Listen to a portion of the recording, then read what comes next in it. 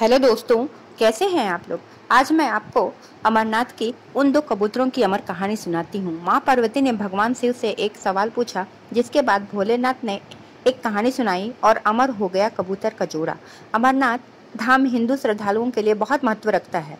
जम्मू कश्मीर की वादियों में स्थित अमरनाथ धाम जाने के लिए भगवान शिव के भक्त साल साल इंतजार करते रहते हैं। चार धाम की तरह भक्तगण इस पूजनीय यात्रा को जीवन में एक बार करने की इच्छा अवश्य रखते हैं। अमरनाथ यात्रा के बारे में कहा जाता है कि यहाँ भोले की मर्जी के बिना कोई नहीं पहुँच सकता। जिसे भगवान शिव बुलाना चाहते हैं वही उनका दर्शन कर पाते हैं। अमरनाथ यात्रा हर साल जून जुलाई के महीने में शुरू होती है और इस साल भी यात्रा शुरू हो चुकी है।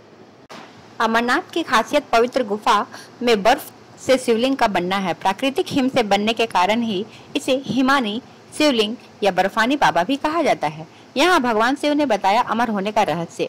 अमरनाथ हिंदी के दो शब्द अमर अर्थात अनश्वर और नाथ अर्थात भगवान के जोड़ने से बनता है। यह पौराणिक कथा के अनुसार जब देवी पार्वती ने भगवान शिव से अमृतत्व का रहस्य को प्रकट करने के लिए कहा, जो वे उनसे लंबे समय से छुपा रहे थे, तो यह रहस्य बताने के लिए भगवान शिव पार्वती को हिमालय की इस गुफा में ले गए ताकि उनका यह रहस्य कोई भी न सुन पाए। और यही भगवान शिव ने देवी पार्वती को अमृतत्व का रहस्य बताया। पुराणों में वर्णित है कि एक बार माता पार्वती ने भगवान शिव से पूछा, आप अजर अमर हैं और मुझे हर जन्म के बाद नए स्वरूप में आकर फिर से वर्षों की कठोर तपस्या के बाद आपको प्राप्त करना होता है। मेरी इतनी कठोर परीक्षा क्यों?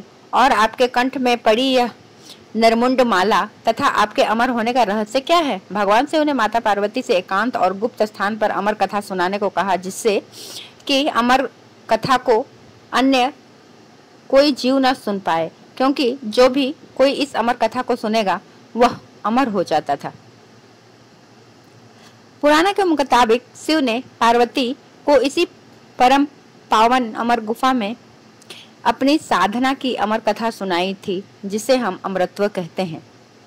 कहते हैं भगवान भोलेनाथ ने अपनी सवारी नंदी को पहलगांव पर छोड़ दिया, जटाओं से चंद्रमा को चंदनवाड़ी में अलग कर दिया और गंगा जी को पंचतरवर्णी में तथा कंठाभूषण सर्पों को शेषनाग पर छोड़ दिया। इस प्रकार इस पहाड़ का नाम शेषनाग पड़ा।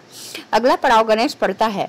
इस स्थान पर बाबा ने अपने पुत्र गणेश को भी छोड़ दिया था, जिसको महागुणा का पर्वत भी कहा जाता है। पिस्सू घाटी में पिस्सू नामक कीड़े को भी त्याग दिया। इस प्रकार महादेव ने जीवन दायिनी पांचों तत्वों को भी अपने से अलग कर दिया। इसके बाद माँ पार्वती साथ उन्होंने गुप्त गुफा में प्रवेश किया और अमर कथा माँ पार्वती को सुनाना शुरू किया। कबूतरों ने सुनी अमर होने की कथा। कथा सुनते देवी पार्वती को नींद आ गई और वह सो गई, जिसका शिव जी को पता ही नहीं चला। भगवान शिव अमर होने की कथा सुनाते रहे। उस समय दो कबूतर शिव जी की कथा सुन रहे थे और हुंकारी भरते जा रहे थे। भगवान शिव को लगा कि माता पार्वती कथा सुन रही हैं और बीच बीच में हुंकारी भर रही हैं। इस तरह दोनों कबूतरों ने अमर होने की पूरी कथा सुन ली। कथा समाप्त होने पर भगवान शिव का ध्यान पार्वती की ओर गया। वो तो सो चुकी थी। जब महादेव की दृष्टि कबूतरों पर पड़ी तो वे क्रोधित हो गए और उन्हें मारने के लिए आगे बढ़े। इस पर कबूतरों ने भगवान शिव से कहा, हे प्रभु, हमने आपसे अमर होने की कथा सुनी है। यदि आप हमें मार देंगे तो अमर होने की यह कथा झूठी हो जाएगी। इस पर भगवान शिव ने कबूतरों को जीवित छोड़ दिया और उन्हें आशीर्वाद दिया कि तुम सदैव इस स्थान पर शिव पार्वती के प्रतीक चिन्ह के रूप में निवास करोगे। अतः यह कबूतर का जोड़ा अजर अमर हो गया। ऐसा कहते हैं आज भी इन कबूतरों का दर्शन भक्तों को यहाँ प्राप्त होते हैं।